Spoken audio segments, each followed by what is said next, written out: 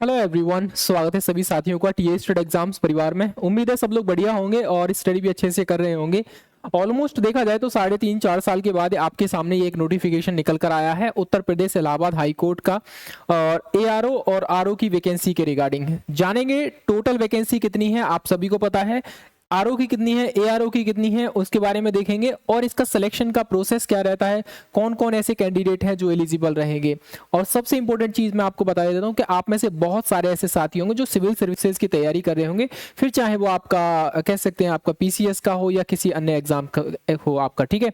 तो उन सभी साथियों के लिए ये जो वैकेंसी है ना, बहुत ही गोल्डन अपॉर्चुनिटी की तरह रहती है। यहाँ पर लेवल हालांकि उसके जैसा ही है, थोड़ा बहुत कम है, बट लेवल उसके जैसा ही है। सारी चीजें परफेक्ट तरीके से हम लोग डिस्कस करने जा रहे हैं यहाँ पर, ठीक है। तो ये एक आपके सामने ऑप्शंस है आपका कि इलाहाबाद हाई कोर्ट में आप देखोगे आरओ और एआरओ की वैकेंसी आपको देखने को मिल जाएगी यहाँ पर। चलिए स्टार्ट करते हैं हम लोग यहाँ पर। ये जो आपकी वैकेंसी रहेंगी, इसमें आपका आरओ यानी रिव्यू ऑफिसर की 138 वैकेंसी रहेंगी, असिस्टेंट रिव्यू ऑफिसर की 380 वैकेंसी है, कंप्यूटर असिस्टेंट की आपकी 25 वैकेंसी रहेंगी। टोटल जो वैकेंसी रहेंगी 543 रहेंगी, जो कि ठीक ठाक नंबर है। अब तक की सबसे ज्यादा वैकेंसी आपको देखने को मिल रही है यहाँ पर इलाहाबाद हाई कोर्ट के अंतर्गत। अब तक की मतलब क्या क्यों बोल रहा हूं मैं, आप देखोगे यहाँ पर 2016 में ये जो वैकेंसी आई थी आपकी 409 थी, 2019 में 147, 2021 में आपकी 396 और 2026 में 543। अब तक की ये सबसे ज्यादा वैकेंसी आपको देखने को मिलेंगी पिछले 10-12 सालों के अंदर, ठीक है। अब ये जो रहेगा आपका कुछ इस तरीके से रहेगा नोटिफिकेशन में कि इलाहाबाद हाई कोर्ट इसको कंडक्ट कराता है। पोस्ट क्या रहेगी, review officer, assistant review officer और कंप्यूटर असिस्टेंट की टोटल 543 पोस्ट रहेंगी। आपके जो फॉर्म है, नोटिफिकेशन जो रिलीज हुआ है 1 तारीख यानी आज ही रिलीज हुआ है। एप्लीकेशन मोड ऑनलाइन आपका मोड एग्जामिनेशन होगा, यानी सीबीटी मोड में आपका पेपर होने जा रहा है। और ये जो सीबीटी मोड में पेपर होने जा रहा है, इसके लिए आपका लास्ट डेट टू अप्लाई 26 जून दे रखा है। कुल मिलाकर ये है कि भैया आपका आज से आपके फॉर्म फिल स्टार्ट हुए हैं, लास्ट डेट टू अप्लाई 26 जून रहेगा। तो कुल मिलाकर ये 26 जून तक आप अपना फॉर्म फिल कर सकते हो। अभी हाल फिलहाल में मतलब 1-2 दिन में ही कर देना, नहीं तो बाद में फिर इशू आता ही रहता है, ठीक है। तो आगे बात करेंगे हम लोग इसके बारे में। यहाँ पर आपका पे स्केल की बात करो तो बड़ा अच्छा खासा पे स्केल आपको देखने को मिल जाता है, मतलब बहुत अच्छा कह सकते हैं आप इसको। नॉर्मली आपकी जो वैकेंसी, आपकी जो ड्यूटी रहेगी वो प्रयागराज में रहेगी, यानी आपका जो इलाहाबाद है, ठीक है, प्रयागराज। और कहां रहेगी आपकी, लखनऊ में रहेगी, ठीक है। चलिए यहां पर सिर्फ 2 ही जगह आपको आपकी जो है पोस्टिंग रहेगी, इसके अलावा आपको कहीं ना, और वो भी सिटी में है ना रहेगी आपकी पोस्टिंग। रिव्यू ऑफिसर जो रहेगा आपका लेवल 10 की पोस्ट के हिसाब से देखा जाए तो 47,600 रुपए ये मिनिमम है, ये बेसिक पे है। इसमें आपका टीए, डीए, एचआरए बहुत सारी चीजें ऐड ऑन होके ऑलमोस्ट मानकर चलिए 75 से लेकर 85-80 हजार के आसपास आपकी इन हैंड सैलरी बनती है। ये बात कर रहे हैं हम लोग पे लेवल 7 के हिसाब से, और 8वां लगेगा तो ऑलमोस्ट ये 1 लाख प्लस पहुंचेगी सैलरी। ये मानकर चलिए आपकी जो वैकेंसी, आपकी जो सैलरी है रिव्यू ऑफिसर की पे लेवल 8 के हिसाब से जाएंगे। यहाँ पर अभी 7 के हिसाब से चल रहा है, लेवल 8 की आपकी रहेगा आपका पे लेवल।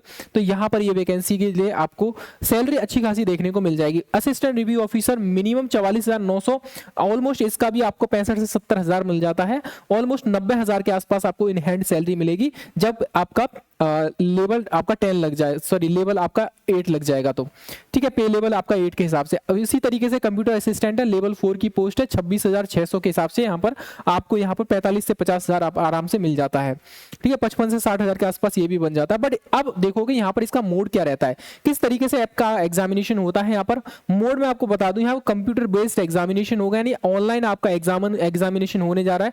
टाइप रहेगा आपका मल्टीपल चॉइस क्वेश्चंस रहेंगे, एमसीक्यू की फॉर्मेट में रहेंगे। क्वेश्चंस, टोटल क्वेश्चंस आपको 200 मिलेंगे। अब 200 क्वेश्चंस को करने के लिए आपके पास 3 घंटे का समय मिल रहा है, जो कि बहुत अच्छा खासा समय है। आराम से मतलब बहुत अच्छे तरीके से आप इस क्वेश्चन मतलब इतने समय में आप 200 क्वेश्चंस को कर पाएंगे। बायलिंगुअल आपका रहेगा, हिंदी और इंग्लिश में आपको देखने को मिल जाएगा पूरा का पूरा क्वेश्चन पेपर। देन आपके सब्जेक्ट्स की बात करोगे तो सब्जेक्ट कुछ इस तरीके से रहेंगे, जो आप सब्जेक्ट पढ़ते आ रहे हो सिविल सर्विसेज एग्जाम्स के लिए, वही सब्जेक्ट आपको देखने को मिलेंगे। भाई मान लीजिए अगर कोई बंदा है, आप में से कोई कैंडिडेट है माफ करना, कोई कैंडिडेट है वो आपका पीसीएस की तैयारी कर रहा है, तो वहां पर आपको हिस्ट्री भी पढ़ना पड़ता है। मॉडर्न हिस्ट्री में आप नेशनल मूवमेंट्स भी पढ़ते हैं, आप पॉलिटी भी पढ़ते हो, इकोनॉमी पढ़ते हो, कल्चर आर्ट एंड कल्चर भी पढ़ते हो, ज्योग्राफी पढ़ते हो, करंट अफेयर्स भी पढ़ते हो, जनरल साइंस भी पढ़ते हो, यूपीजी के आपको स्पेशल पढ़ना पड़ेगा। यहाँ पर एग्रीकल्चर और इकोलॉजी ये तो पढ़ना पड़ेगा, मतलब कुल मिलाकर ये आपका मेन सब्जेक्ट रहेगा। फिर उसके बाद जनरल इंग्लिश में आएंगे तो आप देखोगे टेंसेस है, वॉइस है, नरेशन है, वोकेबुलरी है, सिनोनिम एंटोनिम से इडियम्स है ना, कॉम्प्रिहेंशन और सेंटेंस करेक्शन ये रहेगा। फिर आप रीजनिंग में आएंगे तो यहाँ पर सीरीज है, कोडिंग डिकोडिंग है, ब्लड रिलेशन है, पजल है, वेन डायग्राम है, आपका statement conclusion, data sufficiency etcetera, ये सारी चीजें आपको देखने को मिल जाएगी यहाँ पर। और कंप्यूटर आपका रहेगा, कंप्यूटर नॉलेज में आपको basic MS Office, MS Word, Excel, PowerPoint, ये इंटरनेट है, ऑपरेटिंग सिस्टम है, नेटवर्किंग, इनपुट आउटपुट, ये सारी चीजें आपको कवर करनी पड़ेंगी, जो कि नॉर्मल है, आप लोग पढ़ते आ रहे होंगे। बट यहाँ पर क्या है, थोड़ा सा ज्यादा एरिया आपको कवर करना पड़ेगा, ठीक है। तो ये आपका सब्जेक्ट रहेगा। अब आप में से बहुत सारे कैंडिडेट का ये डाउट होगा कि कौन कैंडिडेट ऐसा है जो एलिजिबल रहेगा इसके लिए, ठीक है। तो वो मैं आपको बता देता हूं यहाँ पर कौन कौन से ऐसे कैंडिडेट हैं जो एलिजिबल रहेंगे यहाँ पर, ठीक है। बट उससे पहले आप लोग देख लीजिए, ये आपका रहेगा जैसे आप जो है क्वालिफाई करेंगे आपका जो आपका रिटन एग्जाम है, उसके बाद आप जो है यहाँ पर आपका टाइपिंग भी होना है, ठीक है। बहुत इंपॉर्टेंट चीज है टाइपिंग। ऑलमोस्ट देखा जाए तो 25 WPM की आपको टाइपिंग आनी चाहिए, ठीक है। 25 WPM की आपको इंग्लिश की टाइपिंग आपको आनी चाहिए, जो कि ठीक है, ज्यादा हार्ड भी नहीं है और ज्यादा इजी भी नहीं है। आप आराम से 1-2 महीने प्रैक्टिस करोगे तो आराम से हो जाएगा, इतना ज्यादा कुछ हार्ड नहीं है। 200 क्वेश्चन आपको देखने को मिलेंगे, ठीक है। और यहाँ पर MCQs की फॉर्मेट में आपको पार्ट 1 में आपको यहाँ पर बता रहे हैं हम लोग 200 क्वेश्चन आपको देखने को मिलेंगे, 200 मार्क्स आपको देखने को मिलेंगे, 3 घंटे का समय मिलेगा।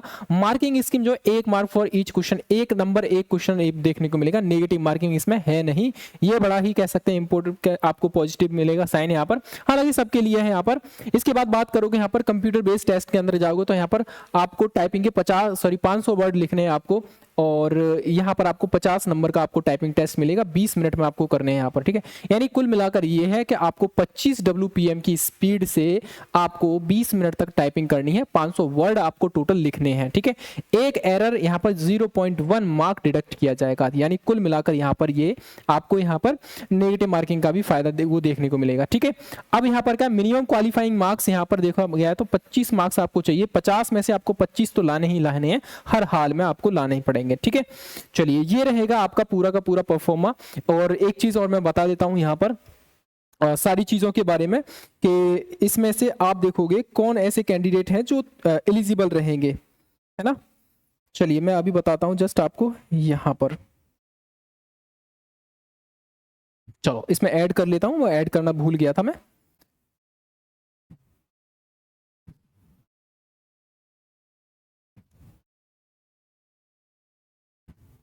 चलिए ठीक है, आ जाइए भाई।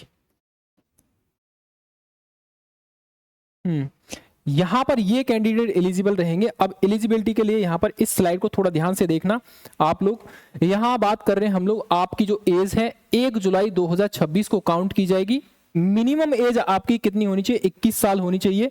मिनिमम आपकी एज 21 साल होनी चाहिए और मैक्सिमम आपकी 35 साल होनी चाहिए। ये यूआर कैंडिडेट के लिए है। अगर बात करोगे एससी और एसटी कैंडिडेट के लिए यहाँ पर 5 साल की छूट मिल जाती है, ठीक है। ओबीसी कैंडिडेट के लिए यहाँ पर आपको 3 इयर्स की छूट मिल जाती है। ये यूपी स्पेशल, ये कह सकते हैं यूपी के नागरिकों के लिए, यानी जो यूपी के निवासी हैं उनके लिए रहेगा यहाँ पर ओबीसी वाले। ओबीसी अगर अदर स्टेट में है तो फिर आपको जनरल में काउंट किया जाएगा, क्योंकि ये स्टेट की वैकेंसी है। तो स्टेट का मतलब स्टेट के जो ओबीसी कैंडिडेट हैं वही आपके ओबीसी कैटेगरी में काउंट होंगे, उन्हीं को एज रिलैक्सेशन का या अन्य जो आपका रिलैक्सेशन होता है उसका फायदा मिलेगा। अदर स्टेट वाले कैंडिडेट जो है जनरल में काउंट होंगे यहाँ पर, ठीक है। तो ये रहेगा आपका मिनिमम एज का और मैक्सिमम एज का क्राइटेरिया। इसके बाद बात करोगे यहाँ पर एजुकेशन क्वालिफिकेशन में जस्ट आपसे 1-2 चीजें मांगी गई हैं। यहाँ पर 2 चीजों में आप देखोगे आपके पास एक बैचलर डिग्री होनी चाहिए। बैचलर डिग्री होनी चाहिए, किसी भी रिकॉग्नाइज यूनिवर्सिटी से होनी चाहिए, या इसके अलावा आपके पास डिप्लोमा होना चाहिए, डिग्री होनी चाहिए। जैसे बीटेक कर लेते हैं बहुत सारे स्टूडेंट, है ना, बीटेक हो गया आपके पास, या फिर आपका बैचलर ऑफ इंजीनियरिंग हो गया, बीई हो गया। तो इसके अलावा साथ में आपको यहाँ पर ये रहना चाहिए। अगर आपके पास ओ लेवल का सर्टिफिकेट है तो अच्छी बात है। और ये NIELIT से होना चाहिए, डोएक सर्टिफिकेट आपके पास होना चाहिए। इनमें से तीनों में से आपके पास कोई एक है। मोस्टली कैंडिडेट के पास ये होता है CCC सर्टिफिकेट, यानी बैचलर डिग्री और प्लस CCC सर्टिफिकेट, तो आप एलिजिबल हैं डेफिनेटली इस पोस्ट को फिलअप करने के लिए यहाँ पर, ठीक है। तो इस तरीके से आपका एलिजिबिलिटी का क्राइटेरिया आपको फुलफिल करना है। आप और ये बात कर रहे हैं हम लोग यहाँ पर CCC के बारे में, तो CCC ऑलमोस्ट 2.5 से 3 महीने में आपके हाथ में सर्टिफिकेट आ जाता है, अभी भी वक्त है, कर लीजिए आप लोग, ठीक है। तो ये एलिजिबिलिटी के क्राइटेरिया रहेगा। सारी चीजों के बारे में हम लोगों ने डिस्कस कर लिया है। कोई भी डाउट बचता है तो कमेंट सेक्शन में आप लोग पूछ सकते हैं हमसे। ये डेट जरूर याद रखना, आपका जो लास्ट फॉर्म फिलिंग की डेट है वो जरूर याद रखना, यहाँ पर 26 जून तक आपका लास्ट हो जाना चाहिए, ठीक है। चलिए फिलहाल के लिए थैंक यू वेरी मच। कोई डाउट है तो कमेंट सेक्शन में आप लोग पूछ सकते हो। Okay, thank you.